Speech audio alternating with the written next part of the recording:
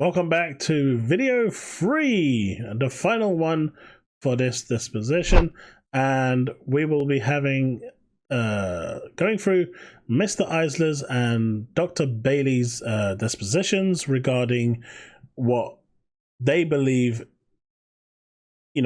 about this whole situation. Now, Mr. Eisler is from Nvidia, and obviously, as we know, Microsoft already removed their games, but later put their games on there. And they were basically asked a number of questions about what their service is like, how it's improved, where do they stand as a cloud streaming platform in regards to console gaming. So let's get into it. Like and subscribe. Don't forget to share and hit that bell to stay up to date with all content I release. But let's get cracking. And it's Mr. Nvidia, Mr. Eisler, testifying now. And they say their cloud gaming service is more powerful than consoles. Trust me, it is. GeForce Now is amazing if you have the internet speed to back it up. He compared local gaming to GeForce Now, and it really is. There's almost no latency. I absolutely love GeForce Now. It's beautiful, especially if you're paying for the premium one.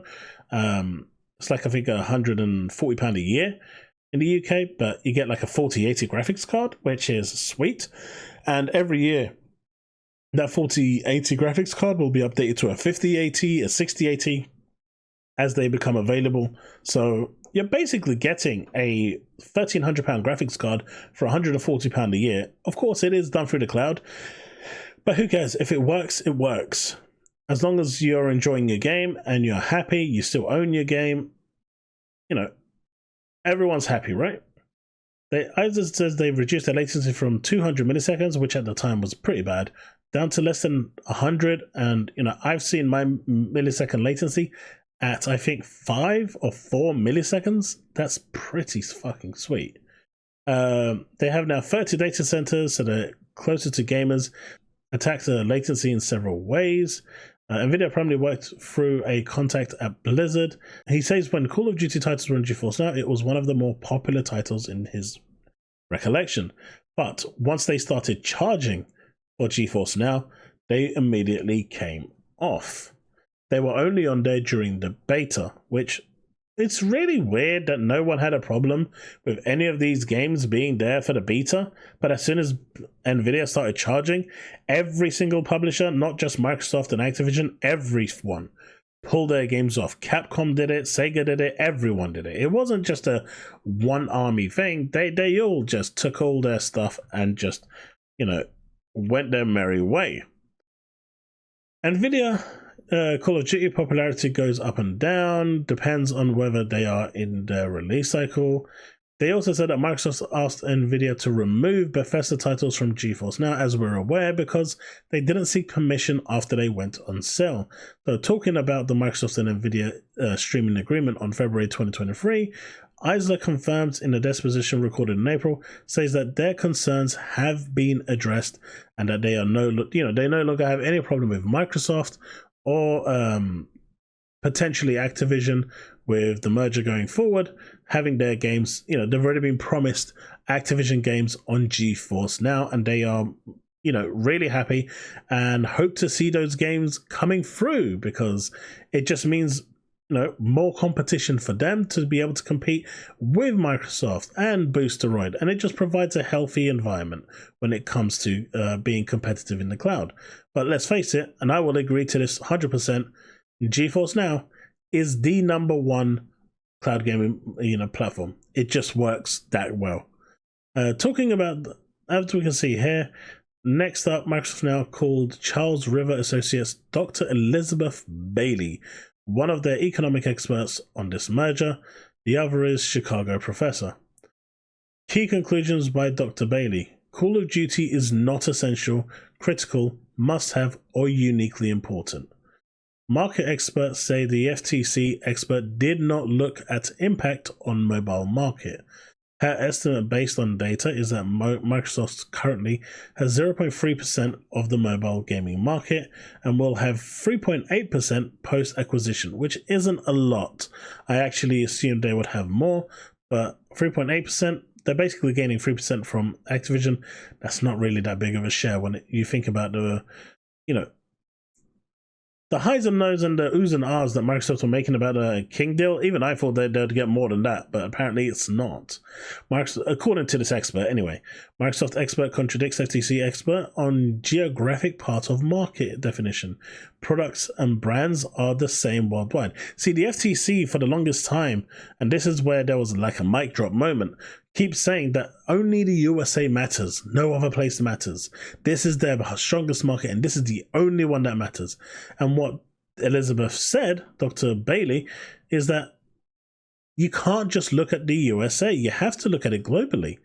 Europe, UK, the Far East, wherever you look, you have to look at it the same way.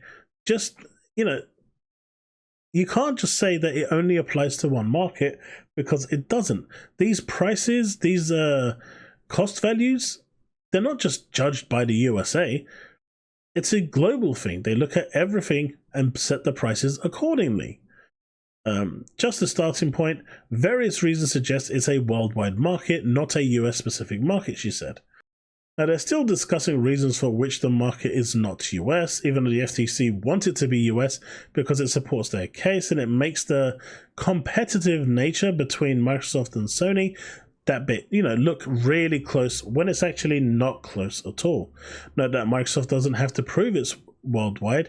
As soon as it's clear the market goes beyond North America, the FTC has lost the market definition part, and that would be dispositive. That's it. That is the key here. The moment they can, the moment they prove that it goes beyond North America, the FTC's case is pretty much gone, and they'll almost have nothing to rely on. Microsoft's expert, Dr. Bailey, is very effective. Talks fast and answers concisely, very high density of points driven home, lots of holes being poked into the FTC expert's testimony. I mean, she completely ripped into him, not just poked. She ripped into him, saying that a lot of his findings were incorrect. They didn't take into factor anything substantial. They didn't take into factor how much money Microsoft stands to lose, or the fact that keeping Call of Duty multi-plat is financially sound and it is the only logical way to go. She was also saying that, his research, where he literally didn't do his due diligence and is making assumptions based on, trust me, bro. Yeah, she had a field day with him. I actually felt sorry for that guy, for Professor Lee. I felt sorry for him because he got murdered. He got murdered. The chart shows that Steam grew after losing COD. Previously, a chart showed that Nintendo also managed to grow without ever having COD. And she basically proved to the court, in more ways than one, that you don't need Call of Duty to be successful. She's not saying that not having Call of Duty on PlayStation is a good thing, but what she's saying is that the argument that the Professor Lee put forward, that without it, it would be catastrophic for Sony. And he also went on the assumption saying that if Microsoft made it exclusive, if Microsoft took it away from PlayStation, so PlayStation would lose so much money that they would have to increase the price of their PlayStation, increase the prices to their games to compensate for the amount of money lost. Really? Like, you're literally going there? Really? Like, the guy's a joke. But that's where they concluded the actual day. The trial will again continue tomorrow at 8:30. Then they're going to take a longer break because Satya Nadella can only attend at lunchtime. So they're going to have like a 1.5 hour break. But hopefully we'll be getting into that as well. That will be day 4. Thursdays will be the final. Thursdays will be when they have their closing statements. Friday when they sign their dots and T's. And then it will be for deliberation. But it's it's getting interesting. The FTC is losing more and more ground. The FTC is losing more and more legs to stand on. But one thing I will say, right? And I've said this over at Twitter, and I've said this to people talking to me. I've said this to people disgruntled or whatever. Do I believe that the Activision deal is a good deal for gamers? No. I don't believe for a split second that Microsoft will withhold anything, but I do believe that a company like Activision is just too big. Now, if they went to buy someone like Devolver or Sega, like Sega would be a really nice one for them.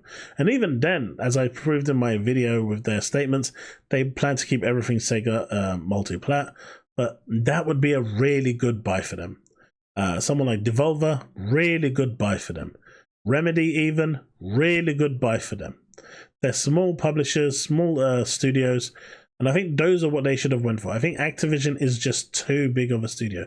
The problem is, though, if they turn around and not, if they block this deal, Tencent will move in. And they will buy it. They will buy it. Tencent will buy Activision. I mean, it's not even a case of them funding the money. I mean, Tencent is pretty much China. They're run by China. They will buy it. So you have to wonder, which is the lesser of the two evils? Microsoft or Tencent? And that's a scary thought, right? So when I think of that, I'd much rather Microsoft take it than Tencent, right? There's no two ways about that. But Tencent is just waiting on the heels to find out. Because if Microsoft are rejected and say, no, you can't buy it, they will swoop in. Because Activision wants to sell. End of story. Their shareholders want to sell. They want that money. They want to just cash in and be gone. In fact, people are already selling their shares with the fear that the deal still might be blocked. And it may very well still be blocked, right? There's no guarantee. After we saw with the CMA, the fact is that it can still be blocked. And that is the scary part here. It can be blocked. It's never, well, I wouldn't say scary, because if it's blocked, right? But the reality is, until the judge makes that decision with all the information, this can still go either way. Now, everything is pointing towards a home run for Microsoft. From the day 1 and 2, Microsoft clearly won those. Day 3, Phil, keep calling him Phil, but Jim Ryan came on, had an easy ride with the FTC, and then when grilled by Microsoft's lawyers in the video, he fell apart so quickly that it was a joke, to the point where he started saying that I'm not going to answer your question. I don't feel comfortable answering your question. I don't feel like I'm in a position where I can answer your question. Even when he was being asked, do you represent Sony Interactive Entertainment when you're speaking to your shareholders? He was struggling to answer because he was just completely and utterly schooled in everything he had to do. It was just bad. And then you got that professor who just didn't know what the hell he was talking about. And even when he was actually making really good points as to why things could go wrong, he had no evidence to back it up. He didn't do his homework. He didn't do any of his due diligence. You can't just come to court and say, yo, bro, listen, buddy, I think this is a bad deal. And you want to know what my proof is? What my evidence is? Trust me, bro. You can't do that. You can't stand up in court and say, trust me, bro, as your evidence. So, like, even the part where he actually made really good, valid, points, it's just so disappointing that he had nothing to back it up. I would really have loved to see how Microsoft would have responded to those in the cross-examination. But instead, they just picked holes in everything he said and completely discredited everything he did, to the point where he was basically, towards the end, agreeing with what the judge and Microsoft were saying, because he just didn't have anything to say. Because he couldn't corroborate, he couldn't defend. He tried to be as evasive as possible, and it fell apart. Nvidia came along, and they were like, well, yeah, we've got a really great service, better than consoles, much cheaper, relies on a good internet connection, but, sure, they removed their games off there, but we were at fault. We were the ones that, after charging for it, didn't ask permission, so they took it off. And we saw dips and dives, and it hurt our business. But now we've come to an agreement, and Microsoft games and Bethesda games are going to appear on there. And if this merger goes through, it's going to be better for everyone, because we'll have Call of Duty and Activision games on GeForce Now. So for as far as we're concerned, this is a win-win, happy days. And this is, this is the FTC's witness saying this. I was like, my dude, what the hell's going on here? And then when Dr. Bailey came on, she just was brutal. She came with statistical facts, figures, research, you name it, she had it. And she just completely and utterly not only discredited Professor Lee and almost every single piece of his work on findings, but she started discrediting the FTC as well. And well, their cross-examination is going to be tomorrow, I guess. But it's going to be interesting. It's going to be really interesting to see how they tackle that, because it was a fun ride. I'll say that. Again, this is a free part video. This is the end of that. Thank you so much for watching. And yeah, the second video was a little long. I do apologize, but I just wanted to get everything in there. And yeah, that's it. I hope you've enjoyed it. Don't forget